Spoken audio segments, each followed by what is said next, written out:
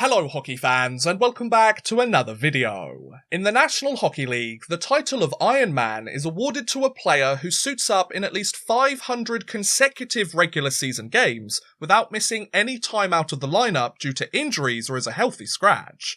Though some fans might expect many players to have achieved this milestone since the league is over 103 years old now, given the physical and competitive nature of the sport, there are only 25 players that have accomplished this feat at the time of this recording, thanks in no small part to the overall durability, the consistency in their conditioning, and the vast amount of luck each player has needed during their respective careers.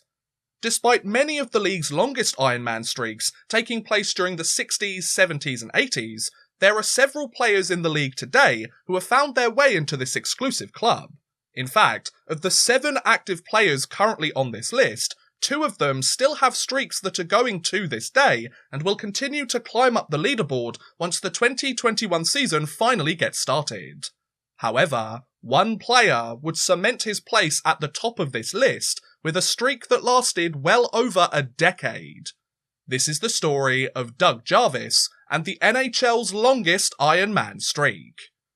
In order to tell this incredible tale, allow me to take you back to June 3rd, 1975, when Canadian forward Doug Jarvis, who had spent the prior 74-75 season with the Peterborough Petes and had scored an impressive 133 points in just 64 regular season games, was drafted 24th overall in the second round of the 1975 draft by the Toronto Maple Leafs.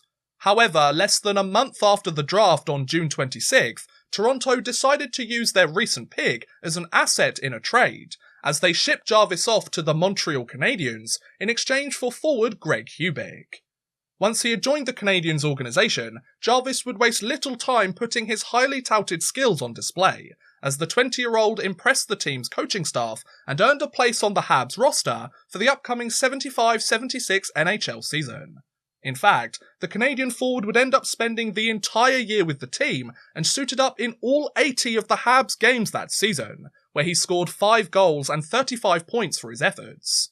Though his performance wouldn't receive any votes for the Calder Trophy, Jarvis would do one better by getting his hands on the sport's greatest award, as his 3 points in 13 playoff games helped Montreal to clinch the 1976 Stanley Cup.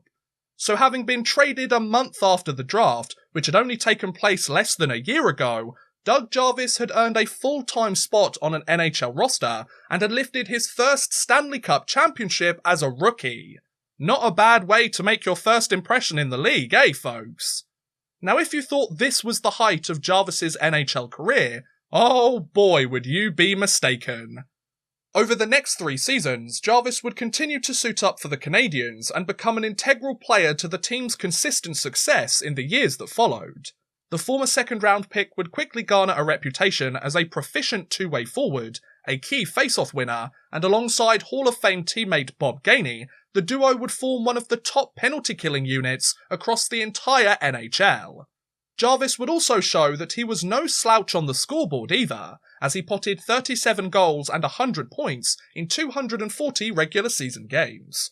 Sure, he wasn't winning a scoring title anytime soon, but when you combine his point totals with his strong defensive play and his lack of time in the penalty box, it's clear that Jarvis pulled his weight on an obscenely stacked Canadiens roster. Also, since the league was running with an 80-game schedule at the time, this meant that Jarvis hadn't missed a single contest since he entered the NHL 4 years ago, and he had played over 300 consecutive games at the time. Not bad, eh? If all of that wasn't impressive enough for you though, the Canadian forward would also play a big part in helping the late 70s Habs become one of the greatest dynasties the league has ever seen, as his 19 points in 41 playoff games helped Montreal repeat their success from Jarvis's rookie year and lift the Stanley Cup a further 3 consecutive seasons between 1977 and 1979. So just 4 years into his NHL career, Doug Jarvis had got his hands on the greatest trophy the sport has to offer every single year. At just 24 years of age, Jarvis was a 4-time Stanley Cup champion. That's more than most players get in their entire careers. Though he would never again go all the way as a player, Jarvis still had plenty of games left to play. The following 3 years of his career would see Jarvis remain with the Canadiens and further cement his reputation as a reliable 200-foot player capable of adding decent scoring numbers, as he potted 48 goals and 110 points in 240 games, including a career-high 20-goal, 48-point year during the 81-82 season. However, once the aforementioned year had come to an end, Jarvis discovered that he would soon be heading for pastures new, as on September 9th, 1982, he was traded to the Washington Capitals as part of the deal that also sent Rod Langway to Washington. This meant that after 7 seasons with the Habs, Doug Jarvis had notched 91 goals and 245 points in 560 regular season games, with a further 31 points in 72 playoff games. What's most incredible about this, though, was that during his entire tenure in Quebec, Jarvis had never missed a single regular season game. So at the time of the trade, Jarvis had played over 500 consecutive games in the NHL, had scored at roughly a point every 2-game pace the entire tenure, and had 4 Stanley Cup championships to his name, all before his 28th birthday. However, Jarvis was only halfway to reaching his record-setting goal. Once he had moved south of the border and joined the Capitals for the 82-83 NHL season, Jarvis would carry on playing his defensively minded, disciplined game and continue to play it very well. Over the next 3.5 seasons of his career, the former second-round pick scored 31 goals and 112 points in 265 games, his most productive year being a 13-goal, 42-point campaign in 83-84. That same season, Jarvis would also receive his first individual award too, as he was given the Frank J. Selke Trophy as the league's best defensive forward. On top of that, the Canadian forward would also take to the ice in every single game that Washington played during his stint with the team, meaning that midway through his 11th NHL season, Jarvis had suited up in 825 consecutive games.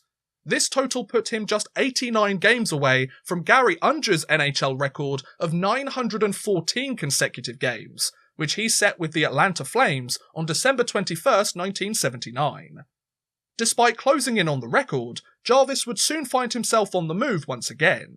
After scoring just 3 points in the first 25 games of the 85-86 season, on December 6, 1985, Jarvis was traded to the Hartford Whalers in exchange for forward Jorgen Pettersson. Having joined his 3rd NHL team, the former second-round pick would spend the rest of the year with the Whalers, suit up in every game the team had remaining on their schedule, and scored 8 goals and 24 points in the process, bringing his full season totals to 9 goals and 27 points in 82 games.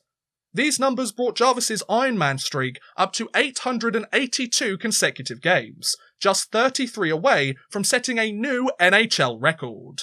That said, the Canadian forward could tell that the clock was ticking, as he would be turning 33 years old during the upcoming season, and was coming off his lowest offensive output for over half a decade, albeit not by much. So, would he be able to do it? Would Jarvis play well enough to secure himself a spot on the Whalers roster, play in 33 straight games and set a new league record?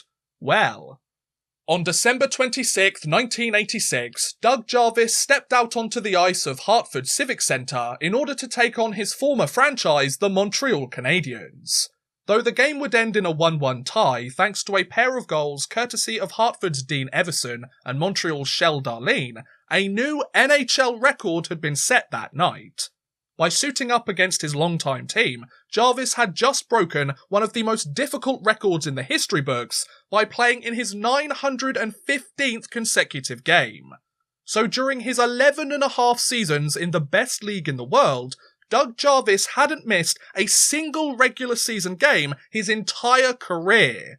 No injuries, no illnesses, no healthy scratches, just 915 consecutive regular season games. What an absolutely incredible achievement, folks. Now, if breaking the record wasn't outstanding enough, Jarvis wanted to put himself as far out in front as he possibly could. In fact, the former second-round pick would go on to play every single game of the 86-87 season too, meaning that Jarvis had played 12 full seasons in the NHL back-to-back since he first entered the league as a 20-year-old. They really don't make them like Jarvis anymore, that's for sure. Oh, and he also won the Bill Masterton Trophy, given for perseverance and dedication to hockey thanks to his historic achievement, so he added another individual award to his trophy cabinet. God, it was a pretty good year for Jarvis, wasn't it? Despite this record-breaking performance, Father Time was starting to catch up to Jarvis's production and his overall play, as he finished the season with 9 goals and 22 points in 80 games, which narrowly marked the lowest single-season numbers of his entire NHL career. That said, Jarvis had still proven himself to be a serviceable player in the league thanks to his strong defensive play and his skill in the face-off dot, so it wasn't as if he was only being kept around so he could break the record. And besides, he hadn't been known particularly for his scoring numbers at any other point in his NHL career, so why should they overshadow his other talents and achievements now when it hadn't done so in the years before? However, like all good things, Jarvis's streak was about to come to an end. As the 87-88 season began, Jarvis would once again find himself on the Whalers roster as he was ready to embark on his 13th year in the NHL. After going scoreless in the first 2 games of the season, and with Hartford keen to give the checking line centre role to recent waiver pickup Brent Peterson, Jarvis would become the unfortunate casualty on the roster. When Hartford visited the Boston Bruins for Game 3 of their regular season on October 11th, 1987, it was revealed that Jarvis had been left out of the lineup as a healthy scratch, thus finally bringing his game streak to its end. Soon after, Hartford demoted Jarvis to the AHL and placed him with the Whalers minor league affiliate in Binghamton. In fact, Jarvis's game against the New York Rangers on October 10th, 1987 would be the final contest of his NHL career, as the Canadian forward spent 24 games in the minors, scored 9 points for his efforts, before announcing his retirement later in the year. So after parts of 13 seasons in the National Hockey League, Doug Jarvis retired from the sport having played a grand total of 964 consecutive games between October 8th, 1975 and October 10th, 1987. During this record-breaking career, the former second-round pick scored 139 goals and 403 total points, added a further 41 points in 105 playoff games, won a Selke Trophy, earned himself a Bill Masterton Award too, and lifted the Stanley Cup in 4 straight seasons. He certainly could have done worse in his career, eh folks?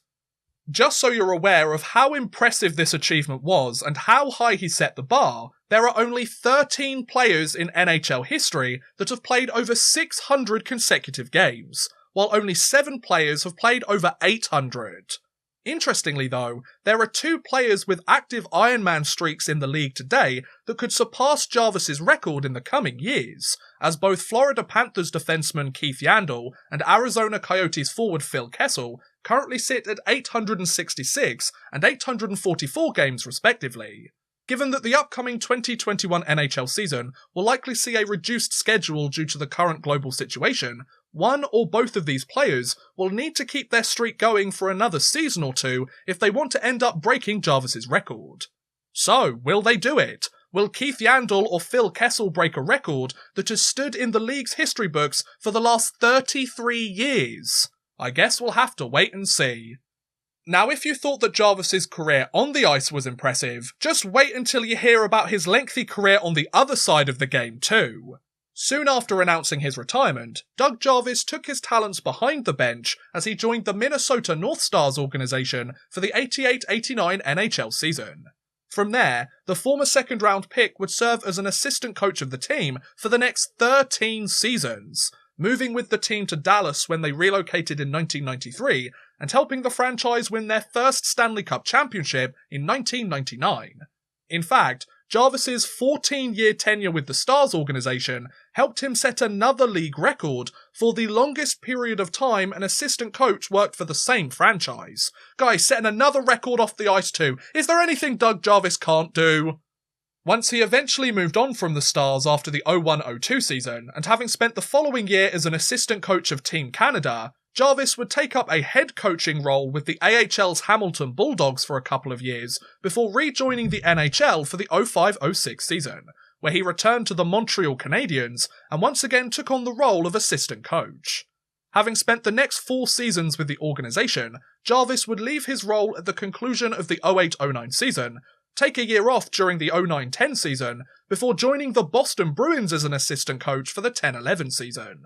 From there, Jarvis would spend the next 6 seasons behind the Bruins bench and help the team lift the 2011 Stanley Cup, before moving to the Vancouver Canucks organisation for the 16-17 season in order to once again serve as an assistant coach. After 2 years in Western Canada, Jarvis, now 63 years old, remained a part of the organisation, but he transitioned into more of a hands-off role, as he became a senior advisor for the team, which is a role he still serves to this very day. So on top of his consecutive games record, his 12-year NHL career, his 400 regular season points, and his 4 Stanley Cup championships as a player, Doug Jarvis has gone on to produce a 28-year career behind the bench, served as an assistant coach in the NHL for 25 of those years, and has added another 2 Stanley Cups to his resume. Yeah, they really don't make them like Jarvis anymore, do they, folks? And that's the story of the NHL's longest Ironman streak. What do you guys think about Doug Jarvis's NHL career? Do you think he should have been given the chance to reach 1,000 consecutive games? Or do you think Yandel or Kessel will surpass him in the coming seasons? Let me know in the comments below, I would love to hear what you guys think. But thank you very much for watching, guys, I hope you have enjoyed. Please feel free to like, subscribe, share, or watch some of my other videos. Thank you very much for watching, and goodbye! A big thank you to Carl Fairbank, Chris Gadsby, Connor B, Drew Fawcett, Jordan Whitehead, Martin Tolness, Paul Mallia, Roman from London, Tom from Finland, and Worthless Pieces for helping support this video via Patreon. If you too want to help support the channel a little bit further and get a shout out at the end of every future video, make sure you head over to patreon.com/oddmanrush and become a patron today.